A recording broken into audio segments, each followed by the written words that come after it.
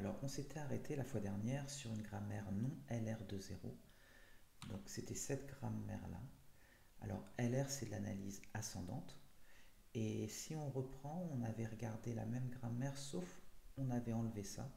Et là, elle était LR de 0. Donc, on avait fait ça ici. Si vous vous rappelez, on avait obtenu notre automate des items LR de 0. Et on n'avait aucune ambiguïté. C'est-à-dire que comme c'est LR de 0, le 0 ici veut dire que quand on a une réduction à faire, donc une réduction, je vous rappelle, c'est quand le point est complètement à droite, et ben il n'y a pas besoin de regarder sous la tête de lecture.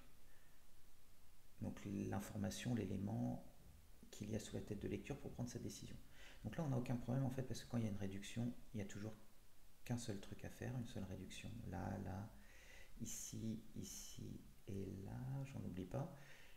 Mais si on avait eu, par exemple, quelque chose de ce genre-là dans un item, dans un ensemble d'items, pardon.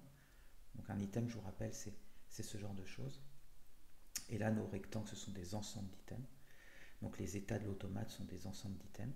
Donc si j'avais eu ça, par exemple, et je ne sais pas Z donne W, donc là, je ne saurais pas quoi faire, puisque je peux réduire de deux façons différentes.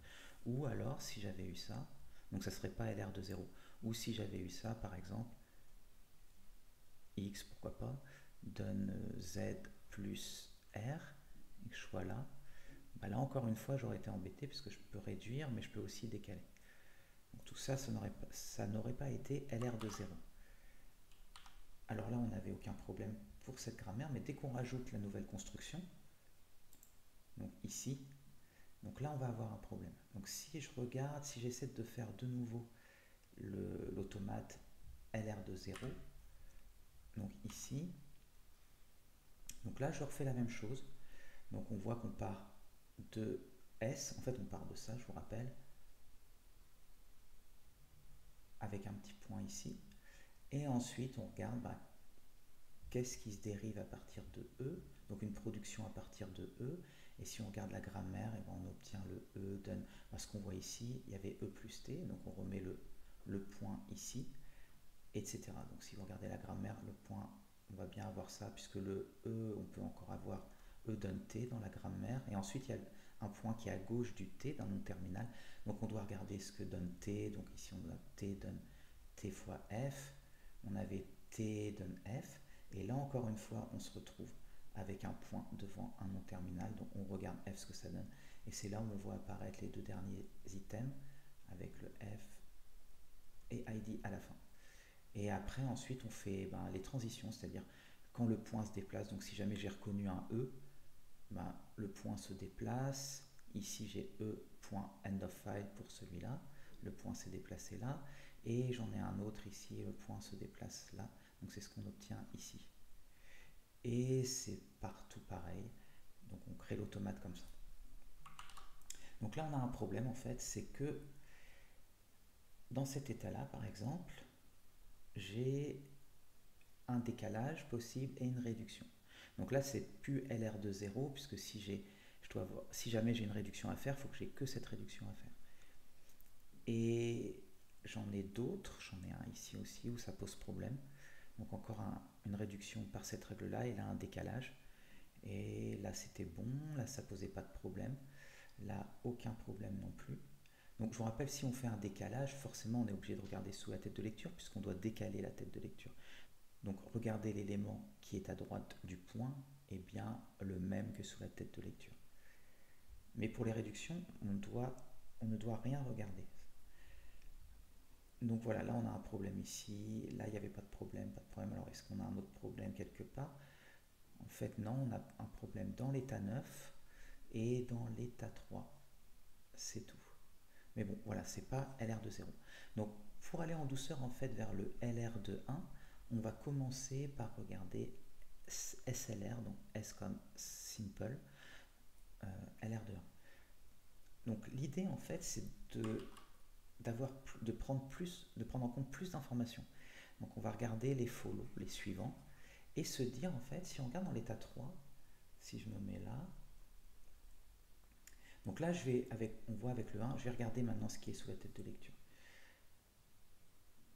Alors, si je regarde, c'est comme ça. Donc ça, c'est mon état 3.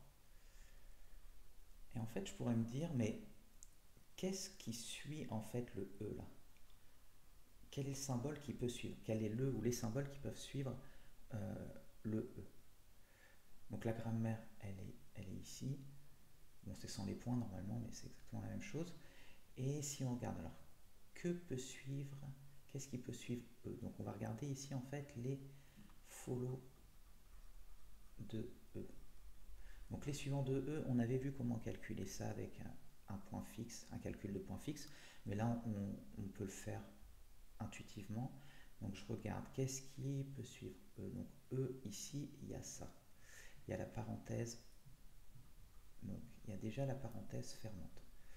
Ensuite, qu'est-ce qui peut suivre E? Ce qui peut suivre E, ici, il y a un plus. Et il y a un end of file. Est-ce qu'il y a quelque chose d'autre? Pour moi, c'est tout. Donc si on regarde, en fait, le fois qui est ici, il n'apparaît jamais dans les suivants de E. Donc si je regarde sous la tête de lecture ce qu'il y a, si jamais c'est parenthèse fermante ou un plus ou un end of file, ça veut dire que je dois utiliser cette réduction. Et si jamais je vois que c'est un fois, eh ben, il faut que je shift. Donc ici, je passerai par cette transition-là. Si je vois un fois. Donc en fait, en rajoutant cette info de suivant, j'ai réussi, en tout cas dans l'état 3, à enlever l'ambiguïté. Donc on peut regarder, est-ce que dans l'état 9, ça serait bon aussi? Donc dans l'état 9, on avait ici une réduction. Donc, là encore une fois, ça va être la même chose en fait. On va regarder les suivants d'eux, on vient de les calculer, c'est ça. Et ici c'est un fois, donc c'est bon encore une fois, l'état 9 il est bon. Donc si j'en ai pas oublié, il ne doit pas y avoir de réduction dans d'autres états. Donc on est bien. Ouais, on est bien. Donc on voit en fait, juste en rajoutant cette information de follow, donc c'est pas encore LR1, on va voir après pourquoi c'est SLR1. Et bien en tout cas, on a réussi à gérer pour cette grammaire-là. Donc ensuite, c'est la même chose, on peut créer une table à partir de ça. Donc je vais faire le début et je vais vous laisser continuer. Donc l'idée c'est de mettre ici le même nombre d'états qu'il y a dans l'automate. Donc ici il y a 13 états de 0 à 12. Donc on met ça là. Et ensuite de ce côté-là on met les terminaux, donc les unités lexicales, et de ce côté-là les non terminaux. Alors oui, j'ai pas mis le nom terminal S parce qu'il apparaît jamais dans aucune des transitions. Alors, ah oui, je vous rappelle, cet état-là, c'est l'état d'acceptation. Si on réduit ici, ça veut dire qu'on a reconnu toute l'entrée.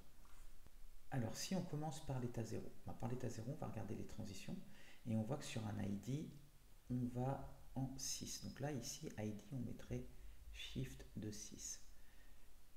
Ensuite, sur une parenthèse ouvrante, on va en 7. Shift de 7. Donc on décale l'entrée, ça veut dire, et on va dans l'état 7 de l'automate. Alors, qu'est-ce qu'il y a d'autre?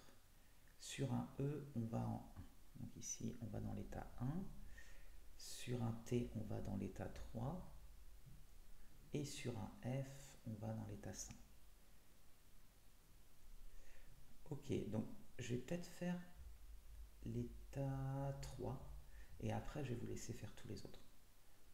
Alors, si on se trouve dans l'état 3, s'il y a un fois, on shift vers l'état 11. Ensuite, qu'est-ce qu'il y a d'autre? C'est tout. Donc maintenant, il faut faire, on va voir pour les réductions. Donc là, pour les réductions, comme on avait vu, il faut regarder tous les follow de E, donc de ce truc-là, qu'est-ce qui peut suivre E. Et donc on avait vu, en regardant dans la grammaire, il y avait la parenthèse, il y avait le plus et il y avait le end of file.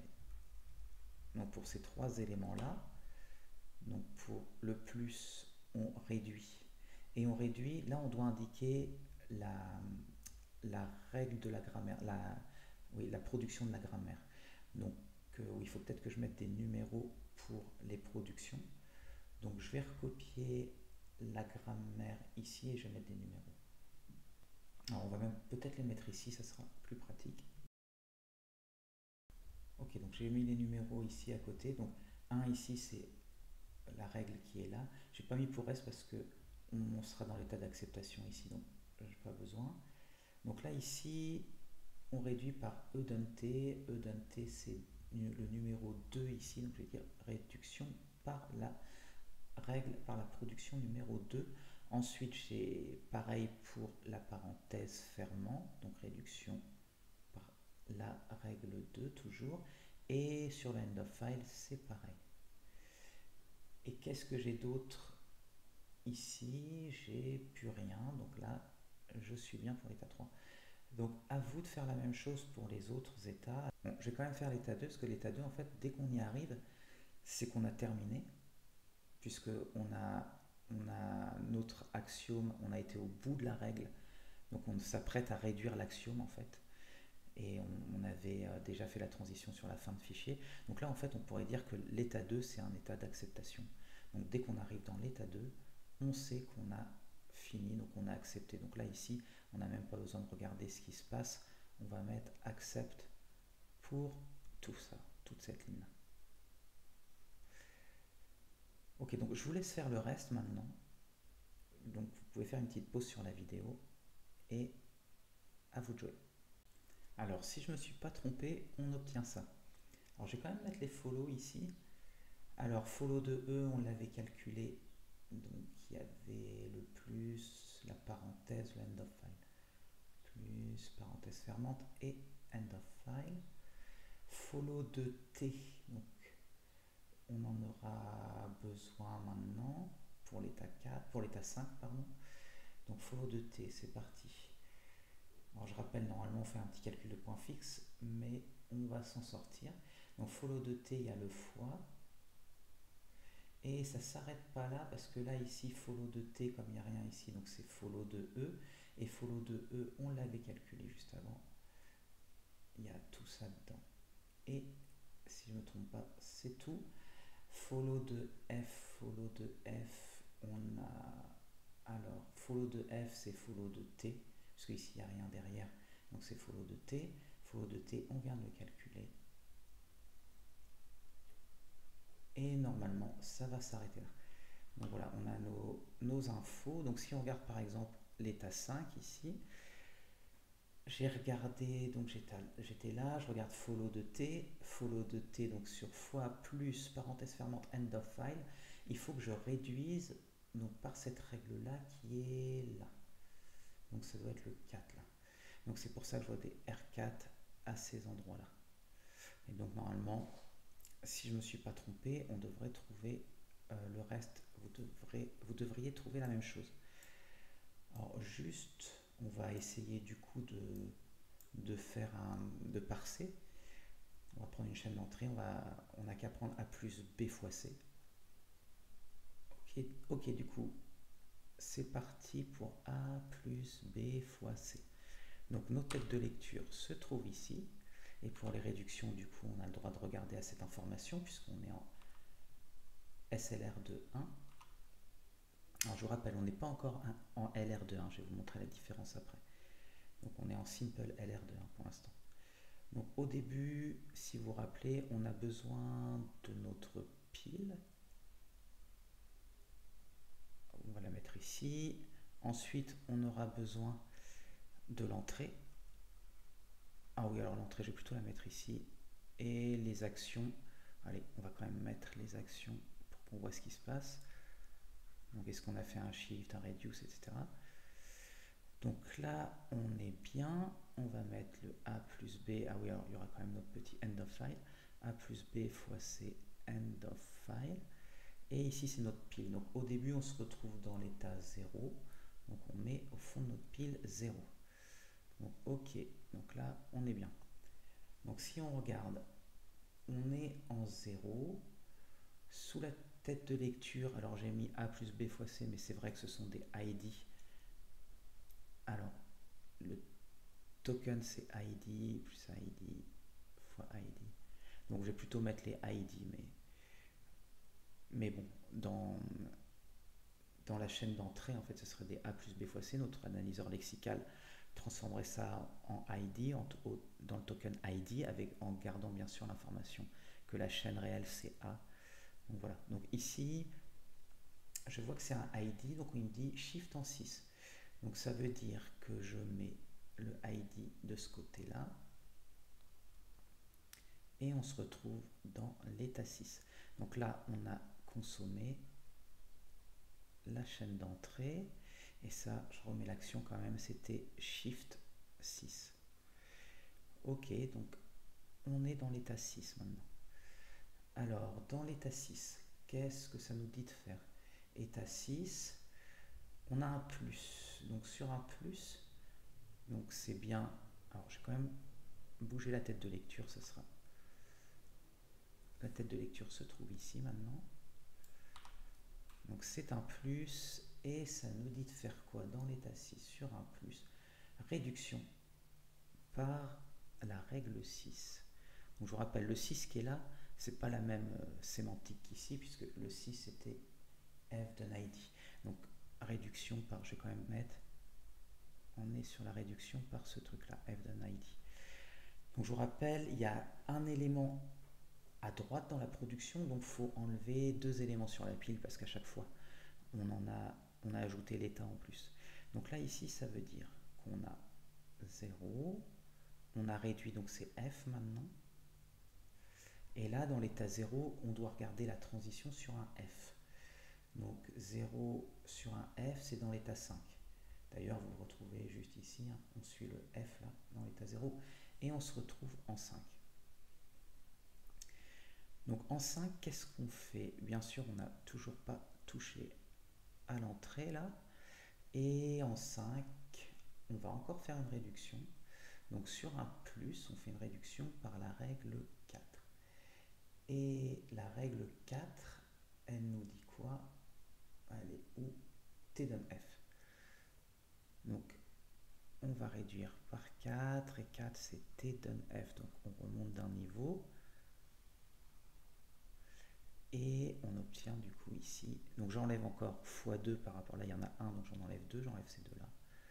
Et ici j'obtiens t, et quand on est en 0, le t nous fait aller en 3. Donc ici on a 3, toujours pas modifier ça.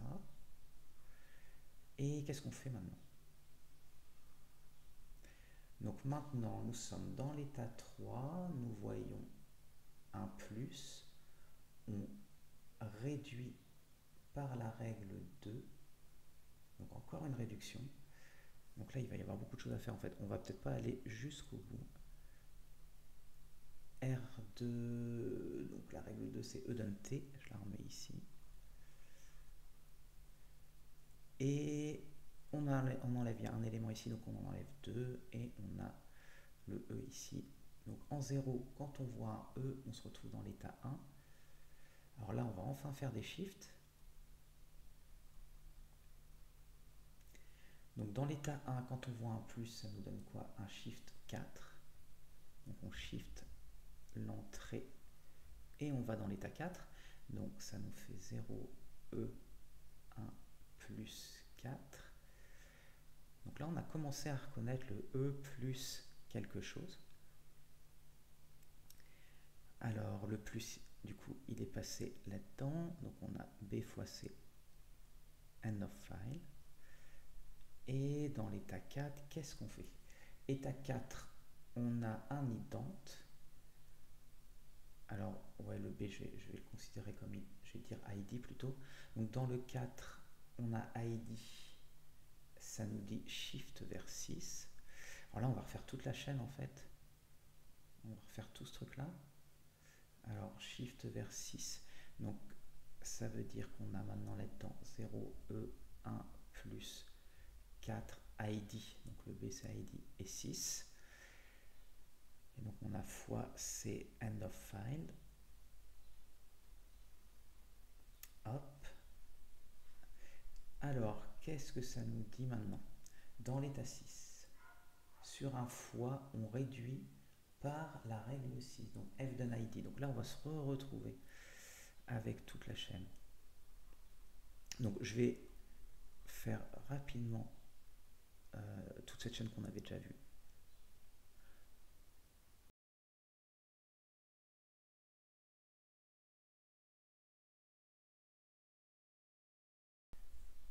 Ok, donc là on a quelque chose de nouveau maintenant.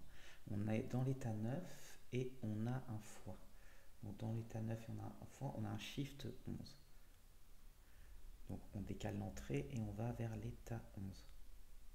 Donc là ça nous fait E1 plus 4T 9 fois. Et ici il nous reste C end of file. Et 11. Donc si on est dans l'état 11 et qu'on voit un C, donc un ID, donc on nous dit shift vers 6.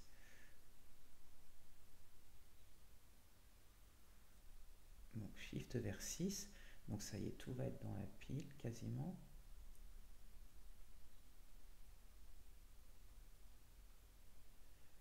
Donc là c'est ID et on se retrouve en 6 et end of file. Ok, du coup, on est en 6, on voit end of file, donc on réduit par 6.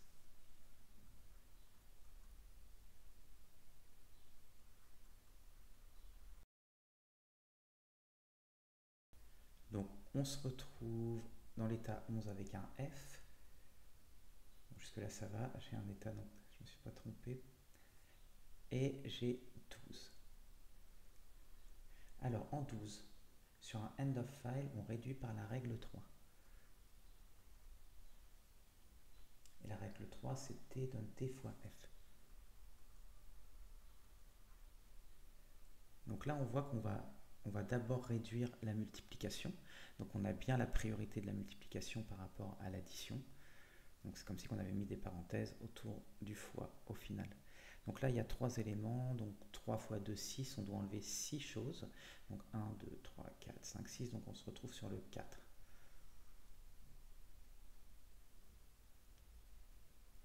Et on remplace par un T.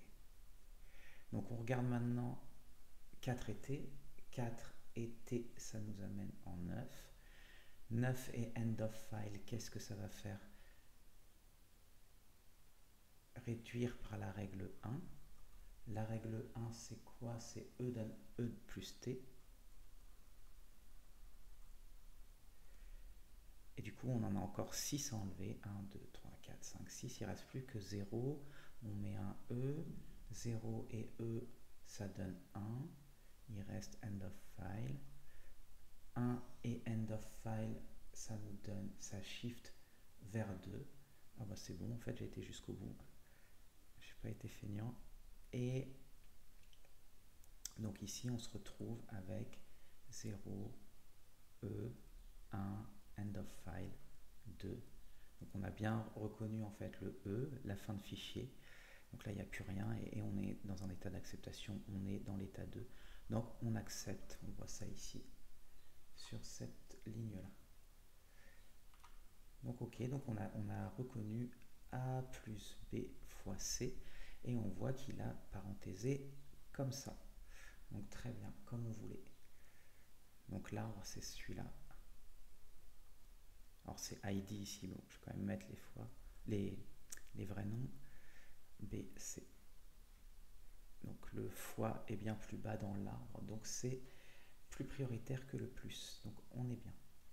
Ok, alors ce qu'on a fait c'est bien, mais c'est pas encore assez puissant. Donc là on était sur Simple LR et maintenant on va aller sur LR de 1.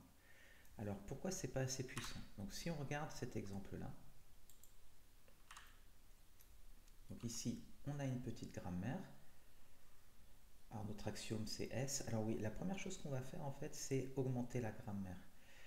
Alors ici vous voyez on rajoute un S' d'un S.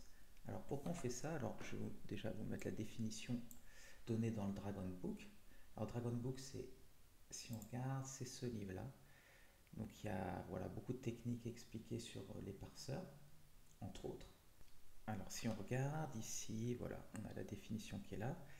Et en gros, ce qu'ils sont en train de nous dire, c'est que augmenter la grammaire, ça va permettre au parseur de savoir quand il a accepté la chaîne d'entrée. Donc si on regarde par exemple ici, on a deux endroits où on peut accepter là et là. Donc c'est plus facile d'avoir un seul élément. Et ça peut être pire que ça en fait, parce que si je vous remets la grammaire qui permet de reconnaître les bons parentésages, en fait là il y a de la récursivité avec le S. Donc ça veut dire que c'est pas parce que je suis au bout ici que j'ai reconnu tout. Donc là en mettant S' donne S, on est tranquille, on reconnaîtra l'acceptation, ce sera sur ce truc-là. Donc avec le point complètement à droite. Alors cette grammaire, qu'est-ce qu'elle exprime? En fait, si on regarde, on peut avoir des choses de ce genre-là. Étoile R égale R, et le R ici va sur left et le left va sur ID. Donc on peut avoir ce genre de choses. Donc ici, ça représenterait comme un pointeur en fait. On prendrait le contenu du pointeur qu'on mettrait à la valeur de ID. Donc voilà, on pourrait exprimer ce genre de choses. Alors quel est le problème en fait? Si on développe l'automate, donc les ensembles d'items LR0, on obtient ces différents états. Et là, si on se concentre sur cet état-là, on voit qu'il est ambigu. Parce qu'on a un conflit entre réduire ici, là, et le décalage, le shift. Et on ne peut pas le régler en fait avec les suivants de R. Si on prend follow de R ici, qu'est-ce que ça nous donne? Donc le follow de R, dans la grammaire, ça serait quoi? Donc qu'est-ce qui peut suivre un R? Là on voit que follow de R, bon c'est follow de S mais ça ne nous donne rien. Si on regarde le follow de R ici, c'est follow de L. Et qu'est-ce qui suit un L? Il y a un égal. Donc on a un égal ici. Et ça doit être tout. Donc là ici on a le égal et du coup le problème c'est qu'on peut réduire sur un égal ou décaler sur un égal. Donc là ça ne marche pas en SLR1, c'est pas bon. On a une ambiguïté, un conflit décaler-réduire. Mais en fait, ce qu'on a fait de prendre les follow comme ça indépendamment des items, c'est qu'on a moins de précision. On peut être plus fin en fait. Donc on peut être plus fin en fait si on développe les follow en même temps qu'on développe les items ici. Donc je vais vous montrer ce que je veux dire par là. Et en fait ce que je vais faire là, c'est ce qu'on va appliquer à LR21, à l'analyse LR21. Donc est-ce qu'on peut réussir à ne plus avoir de conflit ici? Donc c'est notre objectif. Donc c'est parti. Alors ce qu'on va dire, déjà c'est qu'on va dire en fait qu'il y a un symbole spécial. Ce qui va suivre le S', ça va être, bon, comme la fin de fichier, bon, généralement ils appellent ça $. Donc ici on va mettre une information, donc un petit dollar ici. Donc ça veut dire ce qui peut suivre ça. Là. Donc en fait on voit qu'on refait des follow, mais on va voir que ça va être plus fin en fait de les faire en développant les items. Alors, donc ce que je suis en train de faire là en fait maintenant c'est plus SLR de 1, là ça va être du LR de 1. Donc on va voir plus précisément dans les slides suivants. Mais là, on va le faire pour essayer de voir si en I2, on arrive à enlever ce conflit. Donc, alors, je vais le réécrire peut-être en gros ici. Donc, S', là, je reprends I0. Donc, j'ai S', j'ai le point ici. Et là, ici, on met les suivants. Donc, on dit que le suivant de S', c'est $ ou end of file. Enfin, voilà, ce symbole-là spécial. Et maintenant, on va développer. Mais pour développer, on va dire du coup, alors celui qui m'intéresse, ça va être quand j'arrive sur ça et celui-là. Alors le S, il se dérive en quoi? En L égale R. Donc ici, on met ça. Et là, ce qu'il faut qu'on indique, c'est quels sont les suivants de ce S-là. Donc on voit les suivants de ce S-là. Là, il n'y a rien. Donc c'est les suivants de S'. Donc c'est le $. Donc ici, on remet le $. Alors j'ai aussi celui qui va m'intéresser ici. Alors je ne peux pas l'obtenir tout de suite, mais le L, il se dérive en ça, il se dérive... Alors comment je vais le retrouver moi? Le S, il se dérive... Alors c'est celui-là. Donc j'ai le S qui se dérive en R aussi. Et là, pareil en fait, ici, le S qui m'a permis d'obtenir ça, quel est son suivant, les follow de ce S. Les follow de ce S ici, là il n'y a rien, donc c'est les follow de ce S', donc c'est le dollar aussi, donc on a dollar. Et ensuite, je vais pouvoir voir apparaître le R, voilà qui m'intéresse. Donc j'ai R, done L, et les follow de ce R là, donc que j'ai obtenu à partir de lui. Donc là on voit qu'on suit en fait les items, donc on a plus d'infos, on est plus fin. Les follow de ce R là, il n'y a rien là, donc c'est les follow de ce S, et on a vu que c'était dollar, donc on met un petit dollar ici. Alors il y en a d'autres, hein, je ne vais pas tout mettre, là ici il faudrait faire aussi, on verra ça dans les slides suivants, mais là ça doit me suffire pour obtenir cette transition entre I0 et I2, parce que cette transition se fait sur le L. Alors sur le L ici, je peux avoir celui-là, donc j'obtiens, là le point se décale, donc j'ai bien celui-là, et il y avait le dollar, donc j'oublie pas de le mettre comme follow, et celui-là, il est là, le point se décale là, il y avait le dollar. Donc j'oublie pas le dollar ici. Donc là, si on regarde, je vais mettre ça en bleu, hop. Est-ce qu'il y a un problème maintenant? Là, en fait, le problème a disparu, puisque ici, je décale sur un égal, mais ici, je réduis que sur le dollar. Donc voilà, il n'y a plus de conflit entre les deux. Donc on voit là, en suivant les follow, en ne les faisant pas indépendamment des items, comme on faisait tout à l'heure sur le SLR de 1, où on faisait que sur la grammaire, mais en développant les items, eh ben, on a été plus fin. Donc les suivants qu'on obtient là, en fait, sont un sous-ensemble de ce qu'on obtiendrait à partir de là. Ça peut bien sûr être la même chose, mais ça peut être un sous-ensemble comme on voit là. Et là, du coup, on est tranquille. Donc voilà le principe. Donc là, on passe du SLR de 1 vers le LR de 1. Donc ce que je viens de décrire, en fait, c'est ce qu'on va faire pour le LR de 1. Donc on va essayer de faire tout ça sur cette grammaire-là. Donc pas une grammaire trop grosse, parce que sinon c'est assez lourd. Vous allez voir, il y a beaucoup plus d'états qui sont développés. Donc là, on a augmenté la grammaire. Donc notre grammaire, c'est ici. Donc si on regarde un peu ce qu'elle fait, cette grammaire-là, on va avoir plusieurs C ici grâce à celle-là. Donc cette règle-là, elle permet de mettre plein de C. Donc ce genre de choses. Le C peut se terminer par un D. Donc ici, on a forcément plein de C, enfin plein, autant qu'on veut, pas forcément plein, mais et on se finit par un D. Et on peut refaire la même chose sur ce C qui est ici. Donc des exemples, on pourrait avoir DD. Si le C se développe en D, on pourrait avoir, là s'il y a un C, il faut forcément qu'il y ait un D qui apparaisse. Donc on a ici par exemple, on pourrait avoir CCD, enfin, etc. Alors ici je vous ai mis la partie dans le Dragon Book qui explique en fait cette construction qu'on va faire. Donc on va voir que normalement c'est l'automate qu'on va obtenir, donc on va essayer d'en construire une partie et vous pourrez essayer de le finir vous-même. Et là, on a en fait les différentes fonctions qui vont nous aider. Donc, la fermeture, en fait, c'est pour mettre le point. Donc, vous vous rappelez quand on avait ça, par exemple, ici. Fermeture, c'est parce que le point, maintenant, toutes les règles qui se dérivent, S, done, par exemple, CC. Donc, il faut mettre le point ici. Donc, la fermeture, c'est de faire ça. Mais la fermeture, maintenant, elle a, contrairement à LR de 0, il y a l'ensemble des suivants ici à prendre en compte. Donc c'est ce qui nous permet de faire la fermeture, c'est tout ce truc-là.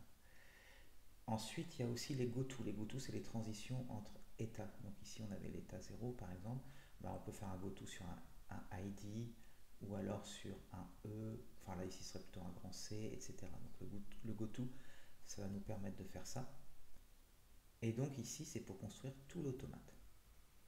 Donc on met G' parce qu'on a augmenté la grammaire G avec comme on a fait ici. Et on construit, et donc là on voit la fermeture initiale, c'est sur cet item-là. Donc on a augmenté la grammaire, donc ça c'était notre ancien axiome, et on l'augmente avec ce nouvel axiome. Et là le suivant de S', on dit toujours que c'est ce symbole particulier, donc c'est le end of file finalement. Et ensuite on va rajouter petit à petit les transitions, donc à partir de cet état initial, le I0, on va faire les différents go-to. Donc par exemple sur un petit C, qu'est-ce qui se passe? on fait la fermeture ici et on recommence, on recommence. Donc tout ça va nous créer l'automate. Et au final, on devrait obtenir cette chose-là. Donc là, on voit ici qu'on a des informations les informations des suivants qui sont là à chaque fois. Là, là, on reconnaît nos points comme d'habitude. Alors la barre oblique, ça veut dire que le suivant, c'est soit C, soit D. Et là, on a nos goto, donc ils nous font aller décaler le point en fait. Et on refait les fermetures de ça. Donc en fait, si on regarde ici, quand je fais une transition sur le C, en fait, il n'y a que celle-là. Donc c'est cet élément que j'obtiens avec le point ici. Et là, je fais la fermeture pour obtenir les deux qui sont là. Et etc. Partout pareil. Donc on va essayer de le faire du coup pour voir comment ça marche. Donc si on commence, donc on va pas tout faire, mais on va regarder. Donc le premier état, ça va être quoi? Donc l'état 0, alors, on met juste en fait dedans. Donc un item LR de 1, on met entre crochets comme ça. Bon, après on peut les enlever si on veut.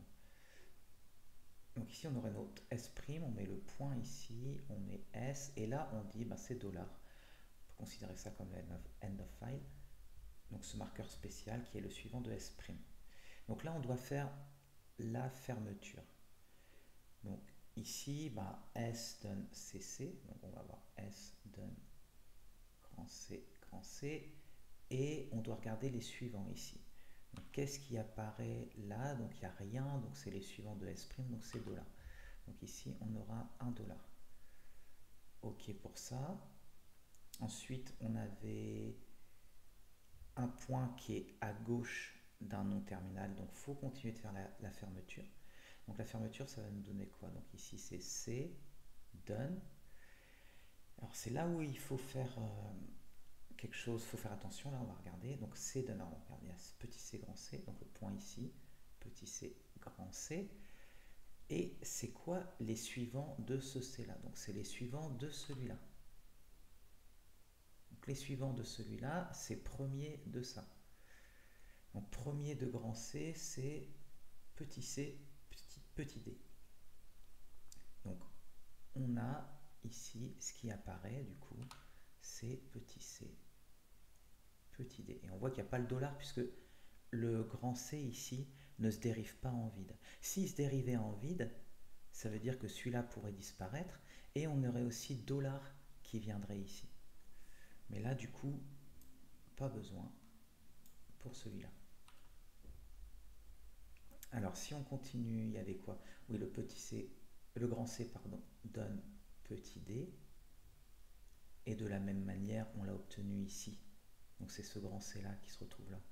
Donc on prend les premiers de ce qui suit ici, mais ça revient au même qu'ici, ça ne change pas. Donc c'est C, D. Et nous reste-t-il quelque chose? Ça a l'air d'être bien. Alors on va vérifier si on ne s'est pas trompé. Prenons le Dragon Book. Et ça m'a l'air très bien. Donc celui-là en fait c'est le plus difficile, il ne fallait pas se tromper sur ça. Maintenant si on en regarde, on essaie d'en faire un autre. Donc ça serait notre premier état. Et si on continue, par exemple en faisant une transition sur grand C, pourquoi pas? Alors je regarde si j'ai fait... Alors j'ai d'abord fait la transition ici. Moi j'ai repris l'exemple du Dragon Book sur grand S. On va faire d'abord grand S. Ok, du coup si on fait grand S, ça nous amène où? Donc ici le point arrive ici. Donc on a S' done S point. On n'oublie pas le $. Et là en fait on est arrivé sur notre état d'acceptation, celui qui contient l'axiome augmenté, là, le S', avec le point complètement à droite. Donc là, on est bien. Alors maintenant, si on regarde, si on allait lire un grand C, donc on passe un grand C, donc on a reconnu un grand C, alors ça nous donne quoi? Ben, il n'y a que cette transition, S donne grand C, point grand C, $. Alors maintenant, il faut faire la fermeture. Donc la fermeture, ça veut dire comme il y a un point qui est à gauche d'un non terminal, et ben c'est parti, on doit développer la règle où il y a un C. Donc c'est celle-là et celle-là. Donc là, ça va nous donner grand C donne ça, petit c, grand C. Et il faut regarder les premiers, donc les suivants là. Suivant de ce grand C là, bah, il n'y a rien, donc c'est les suivants de S, donc c'est $. Donc ici, on voit un $. Et il ne faut pas oublier celle-là. Donc ça va être la même chose. $. Donc si je ne me suis pas trompé, on devrait retrouver la même chose exactement. Donc ensuite, ben, c'est toujours le même principe. Donc à la limite, vous pouvez essayer de faire ça vous-même pour voir si vous y arrivez. Et à partir de ça, normalement, du coup, vous devriez obtenir celui-ci. Donc là, on se retrouve avec, donc de 0 à 9, 10 états. Donc comment fait-on maintenant le parseur? Donc ici, ça va être notre parseur. Donc une fois qu'on a l'automate ici, c'est simple en fait. On a toutes les infos là-dedans. Donc on a les états ici, de 0 hop, à 9. On a les différentes unités lexicales ici, c'est des dollars. Et on a ici, alors les non-terminaux, on n'a pas le S' parce qu'il n'y aura pas de transition sur le S'. Donc il n'y a que S et C ici qu'on voit. Et donc maintenant, comment on remplit la table? Bah, à partir d'un état, donc 0, on regarde les transitions. Donc là, ici, on voit qu'on a une transition sur petit c qui va en 3. Donc là, on met un shift 3. Ensuite, on a une transition sur petit d en 4, donc shift 4. Sur le dollar, on n'a rien, donc ce serait une erreur de voir le dollar là. Et maintenant, on a grand C qui nous amène en 2 et le S qui nous amène en 1. Alors oui, comme tout à l'heure, il faut qu'on donne un numéro à nos productions de la grammaire. Donc je vais mettre numéro 1 ici, numéro 2, numéro 3. Ok, donc maintenant si on est dans l'état 1, là on est dans l'état d'acceptation. Donc ça veut dire que s'il y a un dollar sous la tête de lecture, on accepte. Donc là ici on va mettre accept. Donc ça revient à dire genre dans un fichier texte où il y a votre programme, ça veut dire qu'il y a le end of file à la fin. Alors si on regarde l'état 2 maintenant, dans l'état 2, les transitions donc, se font sur petit c, ça va en 6, shift 6, sur petit d, ça va en 7, shift 7, sur $, il n'y a rien, et sur grand C, on va en 5. Alors, on n'a pas de réduction ici, puisqu'il n'y a pas un point qui est complètement à droite. Donc, si on arrive dans l'état 3, encore une fois, il n'y a pas de réduction là-dedans. Alors, sur un C, on reste dans l'état 3, donc Shift 3. Sur un D, on Shift en 4. Et sur un grand C, on va en 8. Alors, vous pouvez faire une petite pause sur la vidéo et essayer de compléter tout le reste. Ok, alors j'ai remis ici la grammaire en plus gros, donc avec les règles 1, 2, 3. Donc ce que j'avais mis là en petit. Et du coup, alors vous pouvez checker si vous avez bien réussi. Alors si on regarde par exemple dans l'état 4, donc dans l'état 4 ici, on voit qu'on a un point qui est complètement à droite, donc on va avoir une réduction sur petit c ou petit d. Donc réduction par cette règle-là, donc qui correspond à ça, donc la règle 3. Donc ici R3, R3. Si on regarde le 5 par exemple, ici, on a aussi une réduction à faire sur le dollar cette fois-ci et par cette règle-là, la règle 1, donc ce qu'on voit ici. Donc je vous laisse regarder le reste par vous-même. Donc on a notre parseur, donc on n'a qu'à tester comment l'utiliser. Donc on va refaire la même chose que d'habitude. Donc on n'a qu'à faire, essayer de regarder pour C, C, D, D. Est-ce que, donc on va mettre un dollar ici, est-ce que c'est bien une chaîne générée par cette grammaire? Donc on a encore besoin de notre pile, de notre entrée,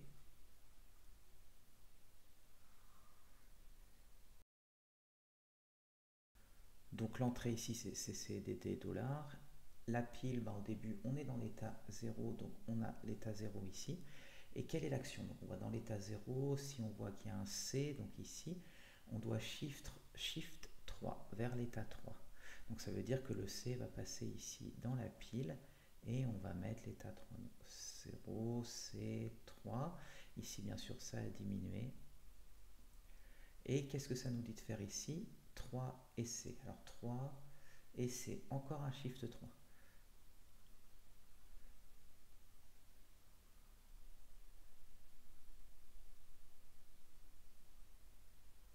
Donc on a shift dans la pile et il nous reste DD. Alors qu'est-ce qu'on fait maintenant? Donc on est dans l'état 3, on a un D, état 3, on a un D, on shift en 4. Donc on shift en 4, donc ça veut dire que le D va passer ici et on va être dans l'état 4. Donc ici, il ne nous reste plus qu'un D.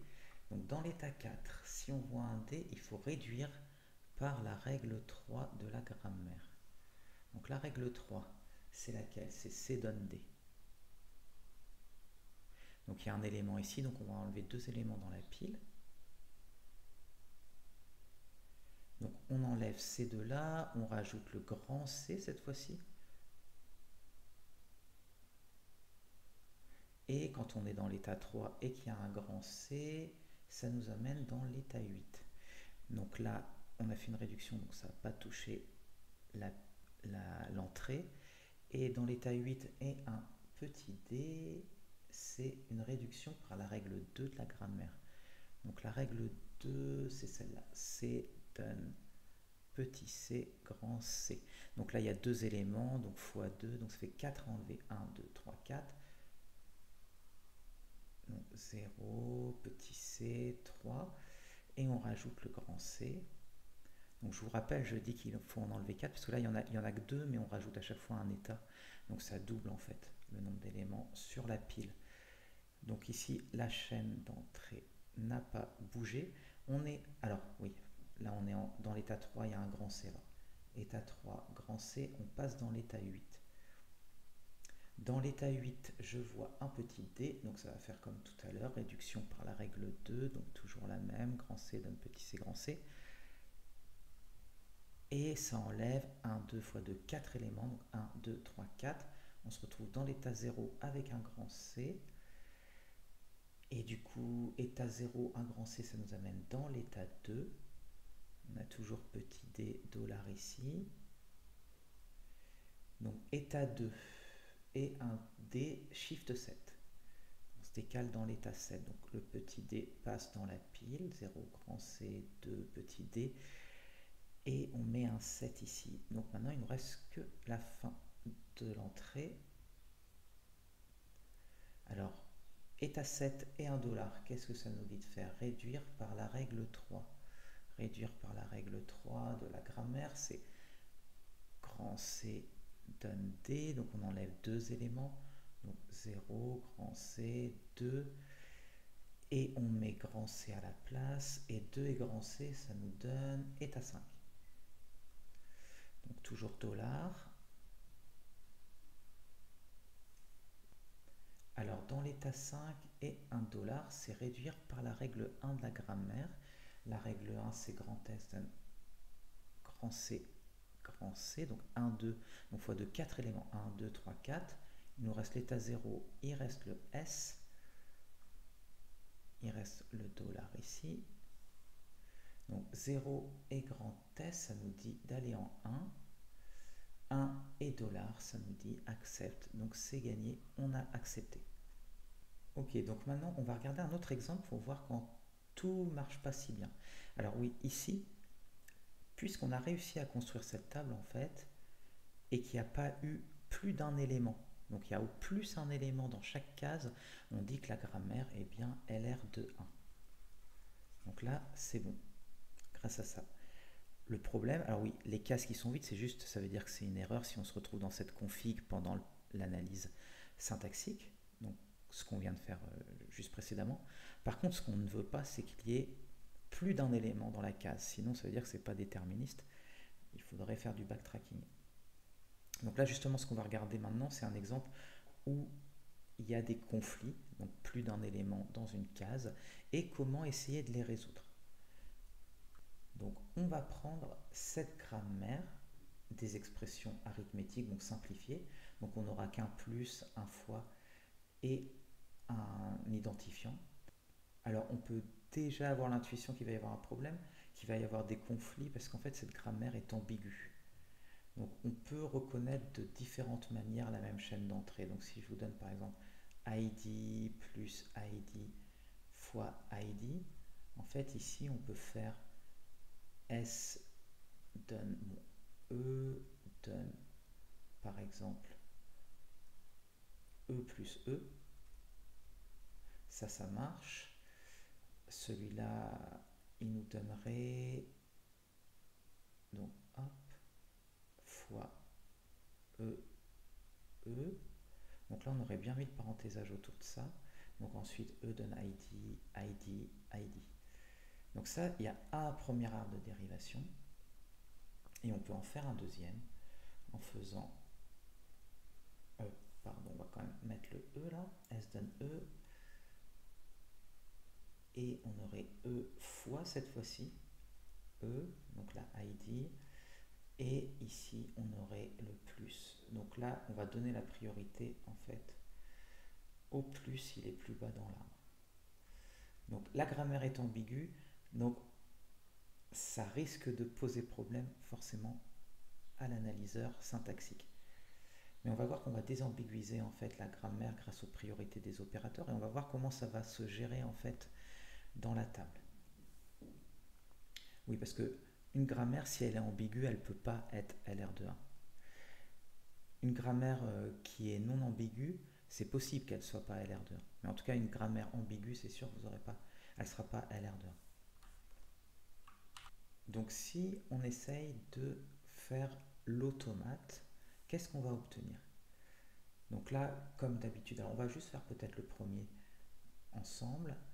Ici, on aura l'état 0, ça va être quoi? Donc vous pouvez même faire une petite pause sur la vidéo et essayer de faire l'état 0, voir ce que ça donne. Alors, il ne faut pas oublier, bon, là au final la grammaire elle est déjà augmentée parce que ma grammaire de base c'est juste avec des E. Donc là elle était déjà augmentée. Mais ici, je vais mettre du coup avec le dollar ici. Donc on a mon item LR de 1 et le point qui est ici. Donc là on doit continuer. On va faire apparaître quelque chose. Donc là il y a E donne E plus E. Et les suivants ici, ben là il n'y a rien, donc c'est suivant de S, donc c'est dollar. On a la même chose pour E donne E fois E, dollar, E donne ID, dollar. Mais là, il ne faut pas s'arrêter là en fait, il ne faut pas faire la gaffe de s'arrêter là, parce que maintenant il faut regarder aussi le point qui est ici. On vient d'ajouter en fait ces trois choses-là, donc il faut regarder encore pour ces trois choses-là. Donc là, il y a le point qui est là, donc est-ce que ça peut me faire apparaître quelque chose de nouveau? Donc on va essayer, on va faire ça bêtement, mais on va voir, ben, je vais remettre un E plus E. Et qu'est-ce qu'il y a ici? Ben, si je regarde les suivre, il faut que je regarde ce qui peut suivre, donc ce qui est après là, ce qui peut suivre le E là. Ce qui peut suivre le E, c'est le plus. Donc là, j'ai un plus. Et c'est tout d'ailleurs. Et donc j'ai la même chose pour les autres. E fois E plus, par le même raisonnement. E donne ID et plus. Et maintenant on continue parce que je viens de faire apparaître ça, donc il faudra re-regarder pour cela. Bon, avec cela, ça ne va rien faire apparaître de plus. Mais maintenant, je regarde pour celui-là que j'avais fait apparaître. Donc là, c'est pareil, j'ai un point à la gauche dans mon terminal, donc potentiellement, ça va me donner de nouveaux trucs. Donc E donne, pareil, je fais apparaître où il y a les E, donc comme tout à l'heure. E plus E. Et qu'est-ce qui suit en fait le E d'ici? Eh bien, c'est le fois là. Donc là, il y a un fois. Et du coup, j'obtiens la même chose avec le fois et le ID.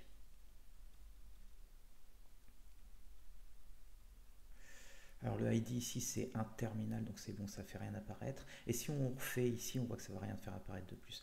Alors pour être un peu plus compact, souvent ce qu'on va faire c'est de regrouper ici. Donc on va mettre là, on va dire, hop, je vais mettre ici, on va synthétiser tout ça en ça. Alors S, pardon, donne E dollar, ok, et les autres E donne E plus E, et on voit qu'il y avait dollar plus et fois, donc dollar ou plus ou fois. On a la même chose pour le E fois E, dollar plus fois, et enfin pour ID c'est la même chose. Donc voilà, c'est un peu plus compact. Alors un bon petit exercice pour vous, c'est d'essayer de faire tout l'automate.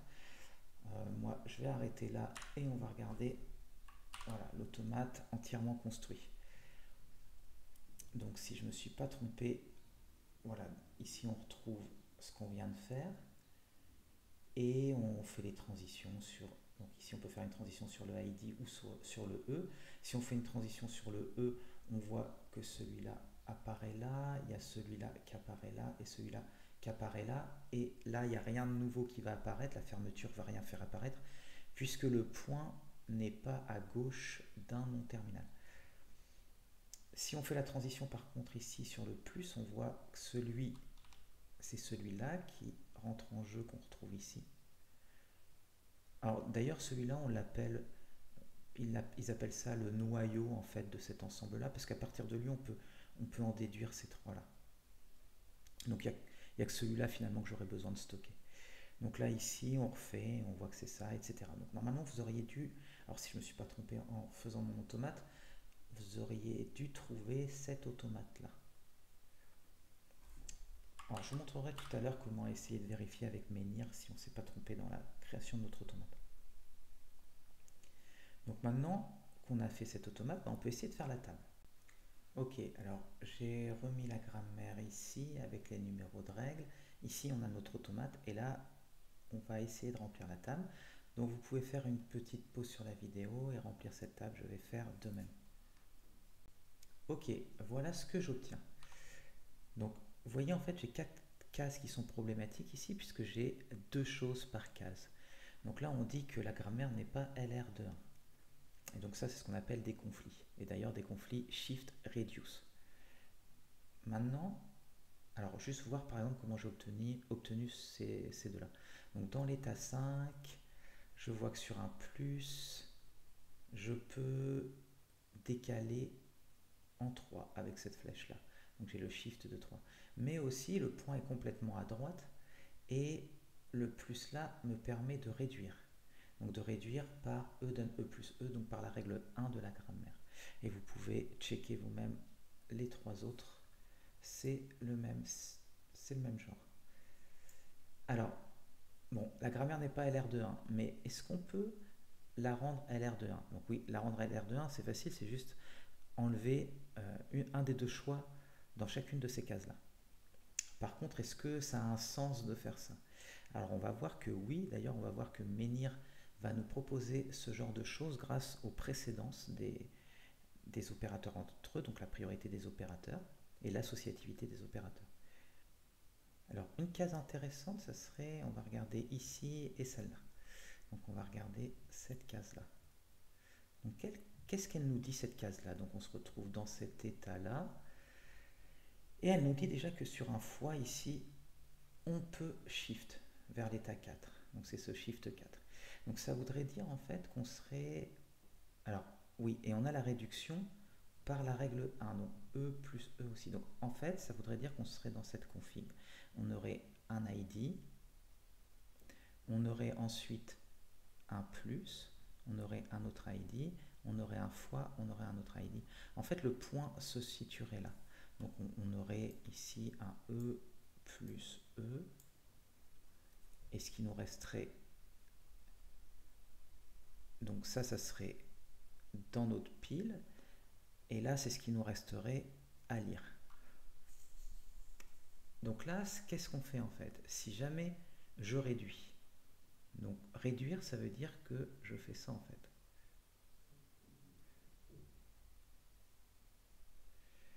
Donc ça veut dire que j'ai mis des parenthèses autour de ça. Ça revient à mettre des parenthèses autour de ça.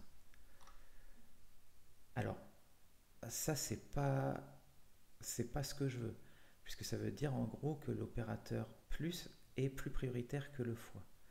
Donc, donc si on continue là, en fait, au bout d'un moment, on obtiendrait ça.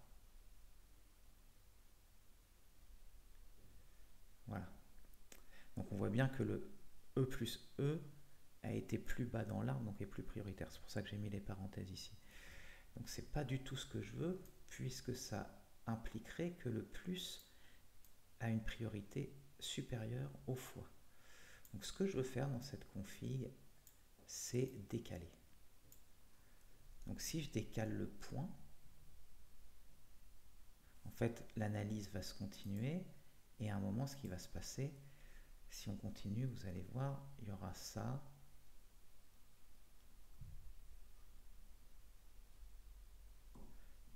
Et donc tout ça sera remplacé par un E, donc on aura ça ensuite dans la pile et ça va remonter vers le E.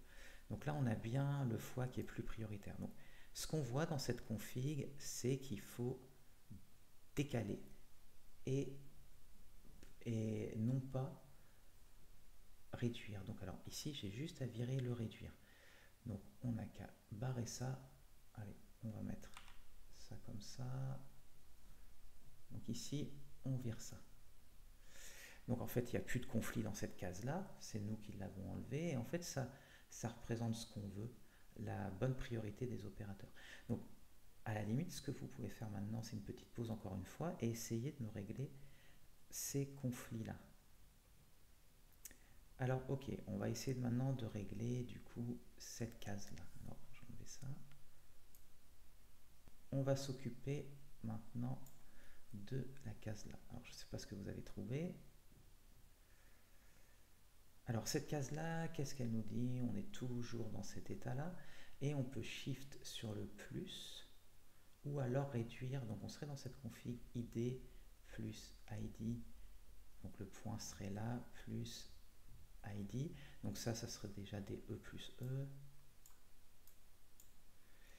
et là on hésiterait. Est-ce qu'il faut réduire ce truc là, donc mettre des parenthèses là, ou continuer? Alors là en fait vu que l'opérateur, bon l'opérateur plus est associatif, donc au final les deux marcheraient, mais on a plutôt tendance par défaut à parenthéser vers la gauche, donc une associativité à gauche. Donc là ce qu'il faudrait faire cette fois-ci c'est réduire ce truc là, pour au final mettre les parenthèses comme ça. Et ensuite on aurait les parenthèses comme ça, donc on aurait bien ce qu'on veut. Donc là cette fois-ci il faut virer ça et la réduction serait bonne. Ok, donc on est bien.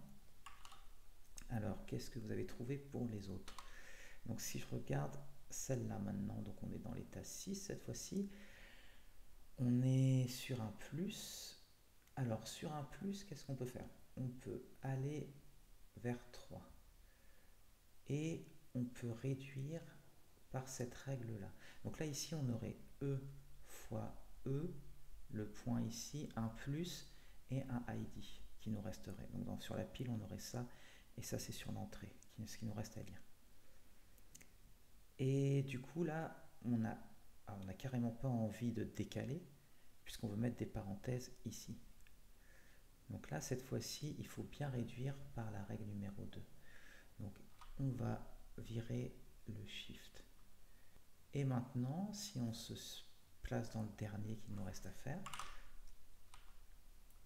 donc ici toujours dans l'état 6, donc soit on peut décaler le fois pour aller en 4, donc là on serait dans, ou réduire en fait par ça, donc on serait dans cette config et on aurait le conflit parce qu'on serait là. Alors là ça sera un ID, pardon. Donc il nous reste tout ça à lire et on a déjà fait ça. Donc là, toujours pour l'associativité vers la gauche, on a envie de parenthèser encore comme ça. Donc là, en fait, on va encore enlever le shift. Donc on va réduire. Donc là, on a géré les conflits puisqu'on n'a plus qu'une action par case et on s'est servi en fait de la priorité des opérateurs et de l'associativité. Donc là, normalement, si on ne s'est pas trompé, on n'a qu'à encore essayer une fois de faire le allez, A plus B fois C. On va voir si il prend bien en compte la bonne priorité. Donc on va faire ça. Ok, donc maintenant vous avez l'habitude, on a notre pile avec 0 en bas et on a l'entrée ici. Donc vous pouvez essayer de le faire une petite pause sur la vidéo, essayez de faire pour voir si vous obtenez ce que je vais obtenir. Donc c'est parti, du coup 0, ID, on shift en 2. Donc comme d'hab, ID passe sur la pile, on a l'état 2. Donc ici il n'y a plus que plus ID fois ID et $. État 2 plus réduire par la règle 3 de notre grammaire. Donc c'est E donne ID. Donc on a un élément ici, donc on multiplie par 2, donc on arrive sur 0, on met le E. De 0 avec E, on passe en 1. On n'a toujours pas modifié ça. Maintenant, qu'est-ce qu'on fait? En 1, on voit un plus. En 1, un plus, on shift 3. Donc on décale vers l'état 3 tout en mettant le plus dans la pile. On n'a plus que ID fois ID. On va bientôt arriver à l'endroit critique. On est en 3, on a un ID en shift en 2. Donc c'est parti, on le remet sur la pile, on est en 2 maintenant. Voilà, l'endroit critique est enfin là. Qu'est-ce que va nous dire de faire la table? Donc nous sommes en 2. Nous avons un fois. Alors il faut réduire pour l'instant. Donc jusque là, c'est pas encore le moment critique. Donc on réduit par la règle 3. Donc E donne ID. Donc cette fois-ci, il y a un élément là. Donc on fait x2 pour enlever. Donc ID est 2 par. On met E à la place. Donc là, on a bien notre E plus E sur la pile. En 3, quand on voit un E, on voit en 5. Donc tout ça, c'est bien. Et là, on se trouve sur la partie critique maintenant. Est-ce qu'on fait la réduction de ça ou est-ce qu'on décale le fois? Donc ici, on regarde en 5 et 1 fois. Alors j'espère ne pas m'être trompé. Ok, ça a l'air bien. Donc on shift en 4. Donc on shift en 4. Donc ça fait 0, E, 1, plus 3, E, 5. On met le fois, on met un 4. On n'a plus qu'un ID et un $. On est en 4, on voit un ID. On shift encore une fois. Donc shift en 2. Donc 0, E, 1. ID et 2. Alors, 2 et $, ça nous dit de réduire par 3. Réduire 3, c'est toujours notre E d'un ID.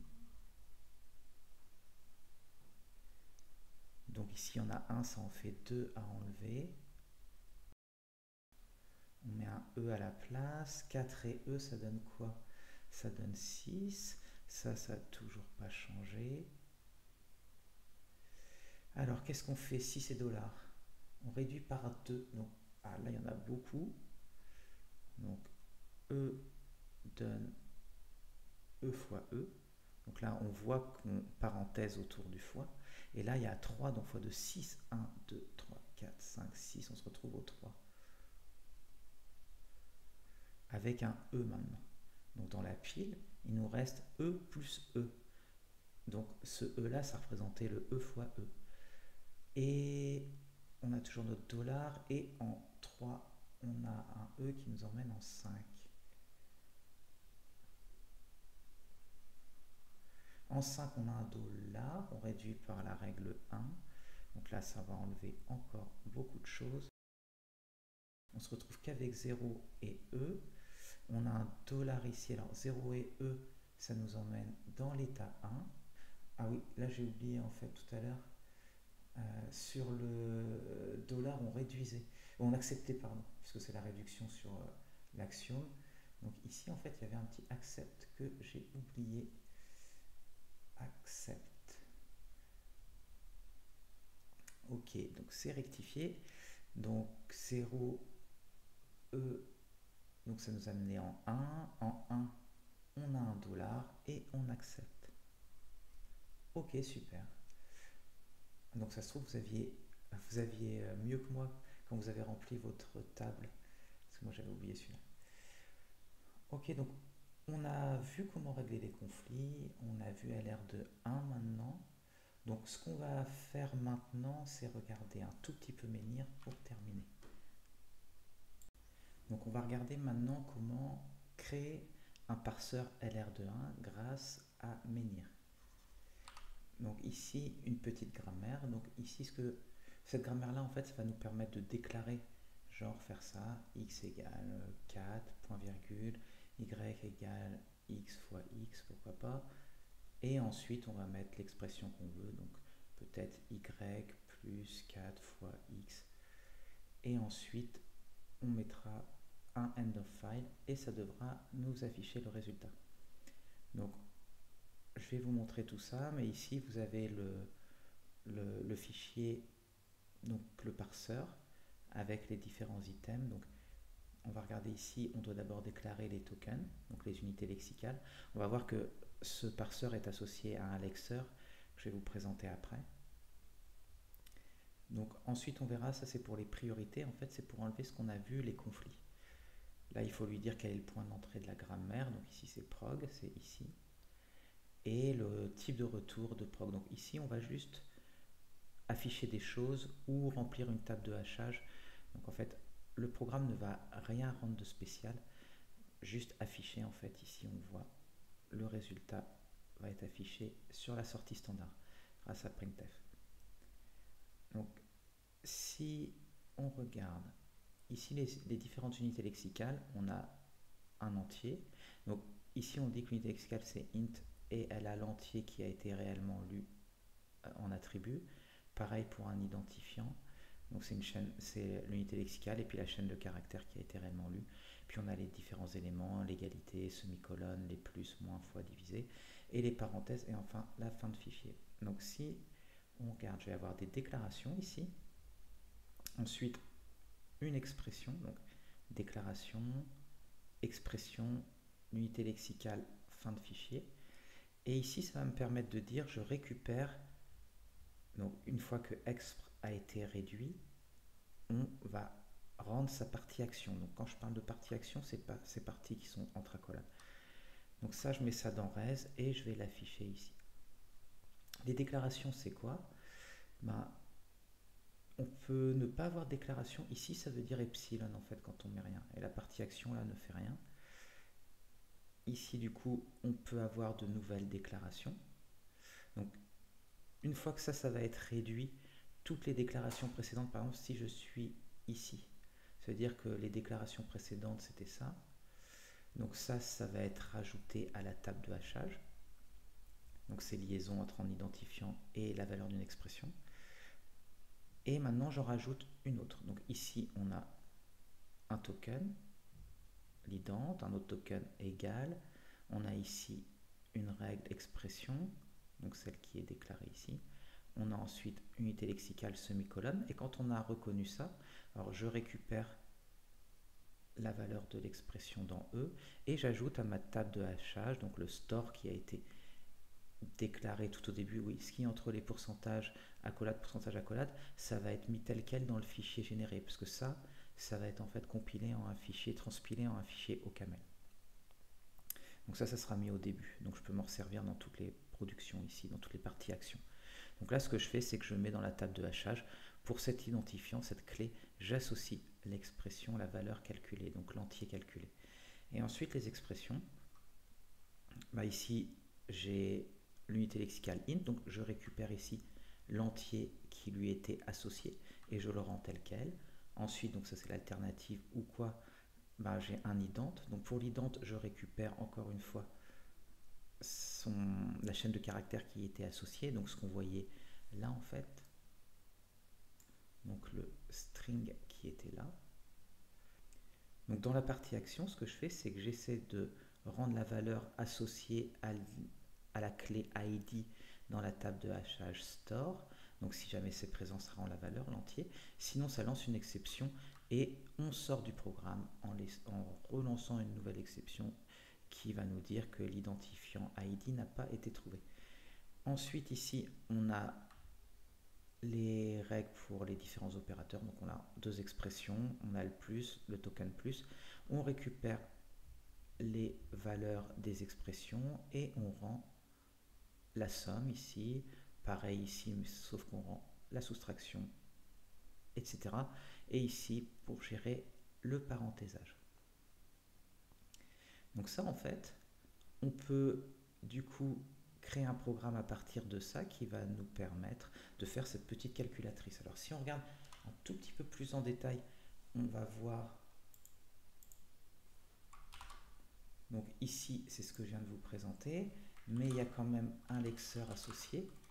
Donc là, c'est ce qui va nous permettre de récupérer toutes les unités lexicales. Donc je ne vais pas rentrer dans tous les détails, mais là, on se resserre, on ouvre le parseur pour avoir les unités lexicales qu'on rend ici, ici, etc. Donc ici, on a des expressions régulières qu'on peut définir pour les réutiliser ensuite dans le lexeur, là dans la partie, cette partie-là en fait dans le lexeur à chaque fois, ça par exemple, ça, ce sont des expressions régulières. Donc on peut en définir ici, ça peut être plus pratique, genre pour définir les identifiants, il faut lettre, digit ou une autre lettre, étoile. Donc là on définit d'abord ce qu'est un digit de 0 à 9, ce qu'est un entier, c'est au moins un chiffre. Ensuite les espaces, alors j'aurais dû peut-être ajouter, si on est sous Windows, le retour chariot là-dedans, à l'intérieur de ça, donc hop, et on remet ça. Ensuite les lettres, c'est de A à Z en minuscule, en majuscule et l'underscore. Et un identifiant, bah, c'est une lettre au début et ensuite éventuellement plusieurs choses, donc soit un chiffre, soit une lettre. Donc le étoile, ça représente donc la répétition 0 ou plusieurs fois. Donc ensuite, on met les expressions régulières. Donc ici, ça veut dire que ces deux choses-là vont être reconnues en temps. Alors, on va incrémenter le nombre de lignes. Donc l'exbuff, c'est juste la structure qui contient le flow de caractères avec des informations de position. Le new line, c'est juste pour remettre à jour le nombre de lignes. On fait un petit plus 1. Donc dès qu'on rencontre un retour à la ligne, et on le fait aussi, ça c'est une expression régulière pour reconnaître les commentaires sur une ligne. Donc ça commence par //, tout sauf retour à la ligne, et ensuite un retour à la ligne forcément. Et du coup, c'est pour ça qu'on incrémente aussi le nombre de lignes ici. Puis on fait un petit appel récursif à getToken, puisque on veut ignorer les espaces et rendre la prochaine unité lexicale. Donc là, pareil, quand on voit des espaces, on se rappelle récursivement parce qu'on veut les ignorer. Et ensuite, ici, si c'est un plus, on rend l'unité lexicale plus, etc. Là, c'est pour gérer, je voulais gérer des commentaires à la C. Donc ici, on rentre. Donc l'exbuff, comme je disais, c'est le buffer qui contient les différents caractères, plus des informations de position. Donc on y a accès grâce à l'exbuff en fait. Donc encore une fois, tout ce fichier-là, en fait, ça va être transpilé en un fichier au camel. Donc là, ici, on commence les commandes, on les termine dès qu'on voit cette expression régulière, et on revient du coup à ce moment-là ici. Sinon, pour n'importe quoi sauf la fin de fichier, eh ben, on boucle ici pour ignorer. Et sur une fin de fichier, on dit que c'est un problème parce que ça créerait un commentaire non terminé. Donc voilà les différentes parties. Ici, c'est pour si on rencontre un entier. Donc c'est là où vous voyez, je crée mon unité lexicale int avec l'entier associé donc à la chaîne de caractères qui est représenter cette expression régulière, qui a été reconnue par cette expression régulière, pardon, et j'utilise une fonction au camel int of string qui va me transformer ça en entier. Pour les identes, voilà, c'est la même chose. Et là, c'est pour gérer la fin de fichier. Et ça, tous les autres caractères que je rencontrerai, ça veut dire que c'est pas géré dans mon petit programme. Je ne veux pas gérer ces caractères, donc je lance une exception, une erreur. Alors juste, alors est-ce que là ça va être important? Juste quand même, je rappelle en fait que ça c'est un mot-clé qui permet en fait de regarder le plus long match. Donc généralement c'est ce qu'on veut, donc là ici ça va faire le plus long match. Ça veut dire que si on a deux choses, alors ici, est-ce qu'on aurait quelque chose qui interviendrait? Donc non, pas ici en fait. Mais ça serait possible que vous ayez un langage où vous avez ça, vous voulez le reconnaître en tant que mot-clé, et par exemple ça, vous voulez le reconnaître en tant qu'identifiant, ce qui se fait dans les langages classiquement. Donc même si ça c'est l'expression régulière qui permet de reconnaître le mot-clé vrai, et que là vous avez les identes, comme on a déclaré, donc dans un idente on pourrait reconnaître truelle. Donc ce qu'on veut c'est qu'il ne s'arrête pas là, mais qu'il aille bien jusqu'au bout. Donc le lexeur, en fait, il va toujours faire le plus long match. Donc s'il a le choix entre dire bah, j'aurais reconnu trou ou truelle, il va reconnaître truelle. Ok, donc ça c'était rapidement sur l'analyseur lexical. Et donc une fois qu'on a ça, il suffit de faire un petit main qui fait un tout petit truc simplement. Il va lire sur l'entrée standard. Donc c'est ça. Donc je crée un lexBuff, donc ce que je vous disais, le buffer qui contient les caractères et les informations de position. Donc je vais lire sur l'entrée standard. Et après, ici, j'appelle mon parseur en lui disant l'analyseur lexical c'est ça et le buffer qui contient les caractères c'est ça. Donc si on fait un petit exemple, qu'est-ce que ça nous donne ça? On fait mec. Ensuite, on fait mon point natif. Et là, je peux taper des choses, genre, je sais pas, x égale 2, point virgule, y égale x fois x, et pourquoi pas mettre y fois y. Donc là, il attend la fin de fichier ici. Donc si je fais un petit CTRL D pour générer la fin de fichier, donc il nous a fait, donc y c'était égal à 4, y fois y, ça fait bien 16. Donc voilà, on a fait notre petite calculatrice grâce à notre parseur et à notre lexeur. Donc tout à l'heure je vous disais, voilà, ici, si j'enlève ça, quand on va compiler, oups, il y a quelque chose qui nous est indiqué par Menhir, c'est attention, il y a des shift reduce conflicts. Donc ça, il faut les gérer. Bon, il dit que ça a été géré arbitrairement, donc ça vaut mieux qu'on regarde ce qui se passe. Donc Menhir va nous aider. On va regarder, on a dans le répertoire build, on a du coup un fichier qui va nous indiquer les conflits. On a aussi normalement un automate. Donc l'automate qu'on avait créé à la main, il a été créé par Menhir. Donc on voit en fait qu'il a augmenté la grammaire comme on avait vu dans les exemples. Alors lui, son dollar, c'était le dièse. Donc il a créé, il a augmenté avec le proc prime done et notre proc, c'était notre point d'entrée. Alors lui, il résume, donc il met simplement le noyau comme on avait vu tout à l'heure. À partir de ça, on peut déduire tout le reste. Et il nous met toutes les transitions. Donc vous pouvez récupérer tout votre automate ici. Alors, il nous indique des problèmes. Donc alors voilà, là il dit j'ai un conflit ici dans cet état-là, et il va nous indiquer les conflits. Alors c'est pas forcément facile de lire tout ça dans l'automate. Donc ce que nous donne Menhir, c'est en plus quelque chose qui s'appelle donc le parseur.conflict, et il va essayer de nous décrire de manière plus intuitive. Alors est-ce qu'on pourrait regarder avec le plus? Alors, il est où? Ah voilà, celui-là ça m'intéresse. Bon, les autres ça se ressemble, mais donc c'est ce qu'on avait vu. Vous vous rappelez juste précédemment, quand on a fait notre automate, on s'est rendu compte qu'il y avait des conflits shift reduced. Et là, il nous en indique un. Il dit voilà, dans l'état 10, regarde ce que je peux obtenir. Donc ça, il nous décrit en fait cette dérivation. Il dit E fois E, c'est ce que je vois là. Celui-là, il se dérive en E plus E, et le point, il est complètement à droite. Donc là, il y a une réduction possible. Et il nous dit, je peux réduire, donc sur un fois, shifting is permitted. Donc je pourrais réduire. Maintenant, il nous donne une autre ici, et il nous dit E.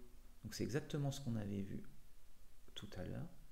Donc là, ça dérive en E fois E, et là, le point est ici. Donc là, il nous dit shifting, pardon, celui-là c'est shifting, et celui-là c'était reducing.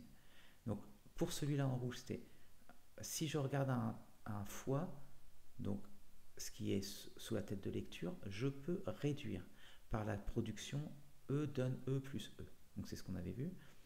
Et là maintenant, ici, il nous dit, je peux décaler sur un fois. Donc on voit bien, c'est ici, le point est juste devant le fois. Donc voilà, donc il essaie de nous expliquer où est le conflit shift-reduce. Donc c'est quand même assez lisible, plus lisible que regarder simplement l'automate. Et donc, comment on fait? Alors si on regarde, là ici, j'ai rajouté des priorités. Donc c'est la façon en Menhir de gérer ces conflits-là. Donc on lui dit, donc quand les lignes sont plus grandes, ça veut dire que c'est plus prioritaire. Donc là ici, plus et moins sont de plus faible priorité que fois et div. Donc c'est ce qu'on voulait. Donc il va donner la priorité quand il va voir par exemple ça. Donc le décalage ici, il va regarder sa priorité en fonction de ça. Et si jamais il voit une règle comme voilà, celle-là par exemple, pour réduire, il regarde la priorité de la règle. Et la priorité de la règle, par défaut, même si on peut changer ça, il y a un mot-clé pourcentage prec. Donc vous pourrez aller regarder ça dans la doc de Menhir. Donc la doc de Menhir, oui, c'est important d'aller regarder. Donc vous pouvez aller à cette adresse-là et vous trouverez, donc vous pouvez taper Menhir, François Potier par exemple, et vous trouverez la doc. Donc si on revient ici, donc la priorité de réduction là, de cette règle-là, c'est le dernier token qui apparaît dans cette règle-là. Donc on voit le dernier token ici, c'est le plus. Donc il sait en fait que réduire, si jamais j'ai le choix entre ce truc-là, j'ai un E fois quelque chose là, et je dois soit décaler, soit j'ai la réduction possible où j'aurai mon E donne E plus E, et le point ici. Donc là, il regarde ici, ah ben, le dernier token dans cette règle-là, c'est le plus, là on voit. Ah, le plus est une moins grande priorité que le fois, donc je vais favoriser, donc je vais faire le décalage. Donc voilà comment ça marche. Et oui, alors, le truc, c'est quoi ce left ici? Donc left, ça veut dire que, bah oui, mais le problème, c'est quand j'ai ça. Si jamais j'ai ça, dans le même état.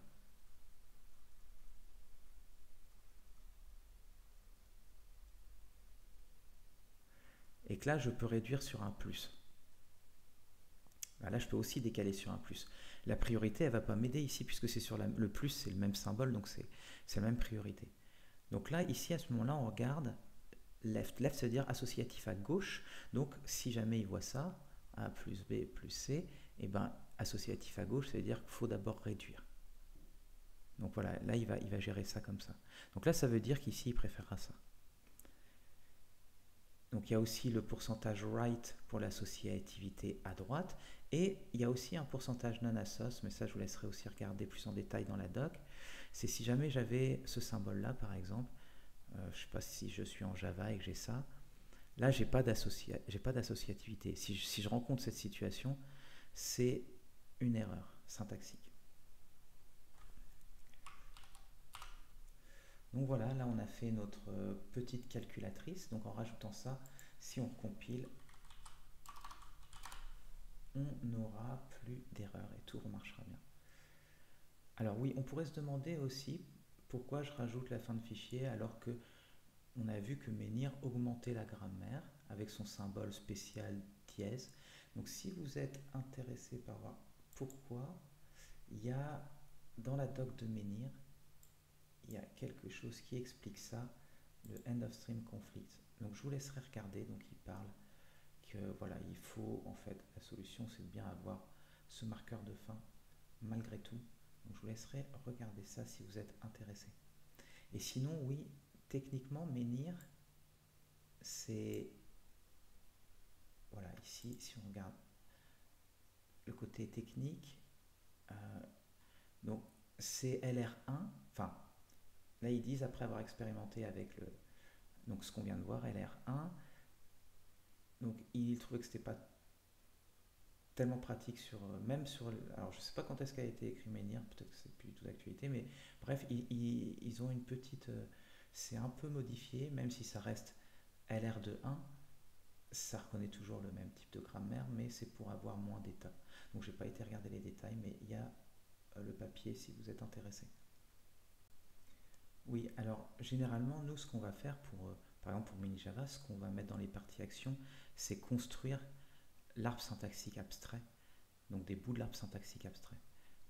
Donc là, ici, j'ai fait une petite calculatrice pour illustrer de manière simple, mais si on regarde MiniJava, donc si on regarde le parseur de MiniJava, donc on reconnaît les différents tokens et nous, ce qu'on va rendre à chaque fois, donc on voit par exemple ici, ça c'est un bout de l'arbre syntaxique abstrait, là aussi, enfin à chaque fois en fait. Donc là aussi, ça c'est la partie qui reconnaît le programme, donc avec le nom du main, le nom de la classe main, pardon, les différentes classes, etc., l'instruction qu'il y a dans le main, enfin voilà tout ça. Donc ici, ça serait par exemple dans LMJ, donc ici on aurait l'arbre syntaxique abstrait, et nous on va construire avec le parseur cet arbre syntaxique abstrait, donc dans les parties, actions, donc comme on peut voir là, etc. Donc là on peut reconnaître les classes avec le extend, les attributs, les méthodes, etc. Ok, donc maintenant, pour terminer, en conclusion, donc pour terminer, on va regarder la différence entre LL et LR, parce qu'on avait vu les analyseurs et les langages LL, donc on avait vu LL de 1, à vrai dire, et là on vient de passer LR de 0 et LR de 1. Donc ce qu'il faut faire, ce qu'il faut regarder, c'est la différence déjà qui existe entre les grammaire et langage. Donc grammaire, c'est pour décrire des langages. Et je pourrais avoir, par exemple, alors on va prendre deux grammaires différentes. Là, ce que je vais prendre, c'est deux grammaires différentes qui génèrent le même langage. Donc je vais prendre d'abord celle-là. Donc là, il va y avoir autant de A que de B, et ça va nous faire le langage, en fait, engendré par cette grammaire, ça va être epsilon, AB, je peux remettre un AB, epsilon, A, B, B, A, B, B, B, etc. Mais j'aurais très bien pu prendre une grammaire autre que celle-là et prendre par exemple la grammaire suivante. Alors elle est moins facile à lire, je trouve, que celle-là. Donc si je ne me suis pas trompé, ça devrait nous mettre un A qui se terminera forcément par un B, et si on rappelle A, ça fera la même chose, un A qui se reterminera forcément par un B. Donc ouais, là ça va être la même chose, on peut s'arrêter avec le epsilon qui rappellera pas. Ouais. Donc là, ici, on a une grammaire qui génère aussi le même langage. Alors là, ce qu'on va se poser comme question, c'est est-ce que les grammaires qu'on peut écrire, les grammaires LL, est-ce que c'est un sous-ensemble de LR? Est-ce que c'est même pas un sous-ensemble? Mais il y a une intersection non vide, mais c'est pas un sous-ensemble, etc. Donc là, on va regarder ça. Donc LL de K, en fait, on a ça. Déjà, on a ce truc-là. Donc LL de 0, donc je rappelle L de 0. Alors on ne l'avait pas vu en fait, LL de 0, mais ça voudrait dire que quand on a une production comme ça, on doit être capable de savoir si on va là ou là sans regarder l'entrée. Autant dire, ça veut dire en gros qu'il n'y a pas d'alternative dans les règles. Donc ça veut dire que ça reconnaît en fait une seule phrase. Il ne peut pas y avoir de boucle non plus, parce que s'il y a une boucle, il faut que ça s'arrête à un moment, donc il y aura une alternative avec un epsilon ou quelque chose comme ça. Donc, bon, pas étonnant qu'on n'a pas regardé ça. Ça va pas trop être utile. Mais du coup, on a ça, c'est une inclusion stricte. Donc ça veut dire que c'est plus facile en gros. Ce truc-là, ça veut dire que on peut écrire plus de grammaire avec LL de 1 que LL de 0, LL de 2 que LL de 1, etc. Pour LR de K, on a la même chose. Alors j'ai mis le SLR quand même, ce qu'on avait vu. Donc on a cette hiérarchie-là. Et pour LL versus LR au niveau des grammaires, on a pour n'importe quel K, on a LL de K strictement inférieur à LR de K. Donc ça veut dire que c'est plus facile. On peut écrire toutes les grammaires qu'on peut écrire en LL, elles sont LR, mais il y a des grammaires LR qui ne sont pas LL. Donc ça donne plus de facilité à écrire des grammaires en LR. Par contre, ce serait quand même possible que les langages générés par les grammaires il n'y ait pas plus de pouvoir, on ne puisse pas exprimer plus de langage avec les LR que les LL. Donc on va regarder ça au niveau langage. Donc au niveau langage, on a encore ça pour les LL. Et pour LR, on a quelque chose de marrant, c'est qu'on a LR de 0 qui est strictement inclus dans SLR de 1, mais tout est pareil en fait au niveau langage. Ça veut dire que vous pouvez, si je vous donne un langage qui peut être généré par LR de 1, il pourrait être généré par SLR de 1. Bien sûr, la grammaire sera sûrement plus compliquée à trouver, mais c'est possible. Donc LR de 1, en fait, ici, c'est pas mal puisque ça décrit tous les langages et on a vu que c'est assez facile d'écrire en tout cas pour les langages de programmation en LR.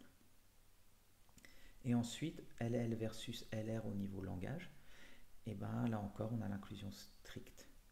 Donc LR de 1 est plus puissant que n'importe quel LL pour un cas fixé. Donc voilà pour le pouvoir d'expression entre LL et LR. Alors il y a quand même un petit truc qui s'appelle ANTLR, donc ça peut valoir le coup de regarder.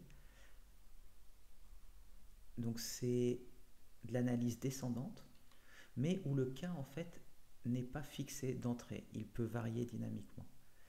Et si on regarde leur dernière version, ils gèrent les récursivités à gauche simples. Donc on avait vu que la récursivité à gauche, en fait, on peut l'enlever.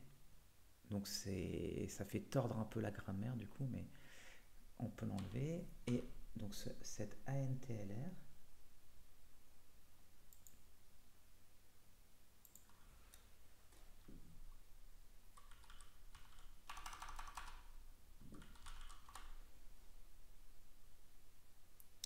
donc si vous êtes intéressé, vous pourrez regarder.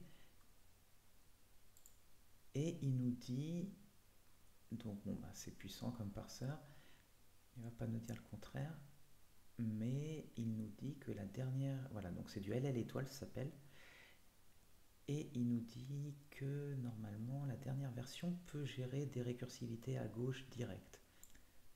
Alors je retrouve plus où il dit ça, mais sous Wikipédia, je pense, voilà, que je l'avais vu.